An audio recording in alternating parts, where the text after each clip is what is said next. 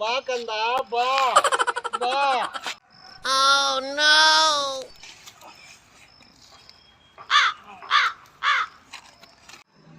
ಏನು ಸಮಸ್ಯೆ?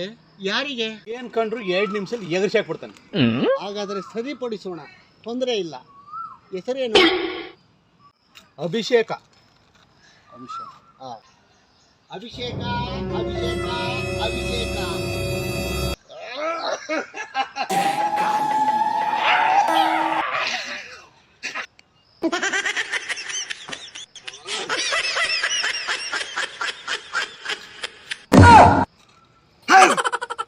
ನಿಂಬೆಹಣ್ಣಲ್ಲಿ ಜ್ಯೂಸ್ ಮಾಡ್ಕೊಂಡು ಕುಡ್ದ್ರಲ್ಲ ಸ್ವಾಮಿ.